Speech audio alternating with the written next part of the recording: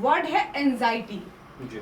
मुझे एंजाइटी हो गई, डॉक्टर के पास भी जाते हैं, कुछ अच्छा नहीं लग रहा, घबराहट हो रही, तो डॉक्टर बोलते हैं आपको एंजाइटी हो गई।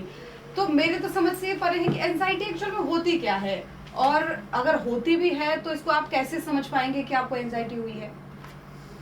देखिए, आयुर्वेद क्या कहता है? आयुर्वेद ये कहता है कि जब आप अपने कंट्रोल से जिन चीज़ों को छोड़ेंगे, चाहे वो मेंटल लेवल, अगर गट लेवल, या आपका हार्ट लेवल, अगर आप किसी भी ऐसी चीज़ को जहाँ से आप क्योर नहीं कर पा रहे हैं, जो चीज़ें आपकी पकड़ से बाहर जा रही हैं, वहाँ आपको एंजाइटी शुरू हो जाती है।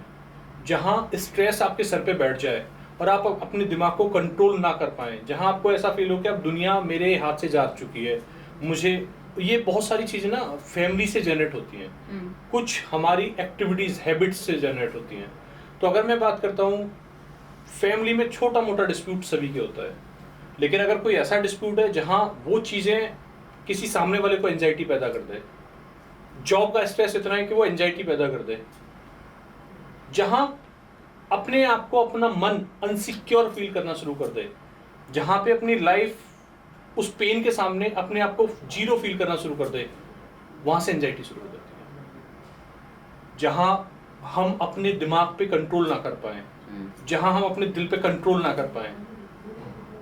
आजकल बहुत वो एक आपने सुना होगा कि मेल फीमेल को लेके बहुत एंजाइटी हो जाती है कि वो किसी और के साथ है, उसको एंजाइटी शुरू हो गई, बॉस ने धमका दिया, एंजाइटी शुरू हो गई। ये सारी चीजें हमारी mental level stress, mental level को मेंटेन करने के लिए होती हैं, जो एक स्ट्रेस पैदा कर देती है। अगर हमें थोड़ा सा मेडिटेशन, थोड़ा सा योगा, अगर हम उस पर मूव ऑन करें, तो हम बिना हॉस्पिटलाइज्ड हुए हम इस समस्या से बाहर हो सकते हैं। अच्छा, तो ये एंजाइटी जो है ये किसी भी एज में हो सकती है, किसी भी एज ग्रुप में हो सकती है? शुरुआत उसको एंजाइटी के तौर पर ही देखिए, ये पहले कुछ और सिम्टम आते हैं तब जाके एंजाइटी लेवल पे पहुंचता है? देखिए मैम, ये एंजाइटी सिर्फ उन लोगों को होती है जब वो एक लेवल से ऊपर आ जाए, यानी अब छोटा बच्चा, उसको एंजाइटी फील नहीं होगी। एंजाइटी उसको होती है, लेकिन उसका माइंड उसके कंट्रोल में होता है। जिन बच्चों के साथ एंजाइटी का समस्या शुरू होती है, उनका मन पढ़ाई में नहीं लगता है, उनको भी योगा पे फोकस कराना पड़ता है, उनको भी मेडिटेशन कराना पड़ता है। पर्पस क्या है? एंजाइटी हर एज में जाके होती है, लेकिन जब छोटे बच्चे होते हैं वो इतने स्ट्रांग होते हैं मेंटली और फिजिकली, क्योंकि उनको उस टाइम की जो हैबिट है वो बहुत डेडिकेटेड बनाई जाती है, पढ़ाई के लिए सिस्टमेटिक बनाया जाता है, खेलने कूदने का भी टाइम दिया जाता है, तो वो उस चीज़ को कवर कर लेते हैं। लेकिन जब हम एक ग्रुप में आ जाते हैं, एज में आ जाते हैं, तो वहाँ पे क्या होता है, हमारा कंट्रोल हमारे हाथ में होता है, माँ बापों के हाथ में नहीं होता।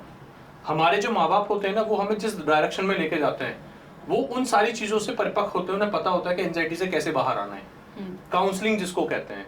लेकिन एक ऐसी एज आती है जहाँ पे हम उनकी नहीं सुन पाते। जब हम उनकी नहीं सुन पाते तो क्या होता है कि हम अपने आप में ना बड़े बनने की कोशिश करते हैं और हम उस एंजाइटी का शिकार हो जाते हैं। फिर हम एलोपैथिक के डॉक्टर के पास जाते हैं, फिर डॉक्टर साहब हमें 6 महीने का ट्रीटमेंट दे देते हैं।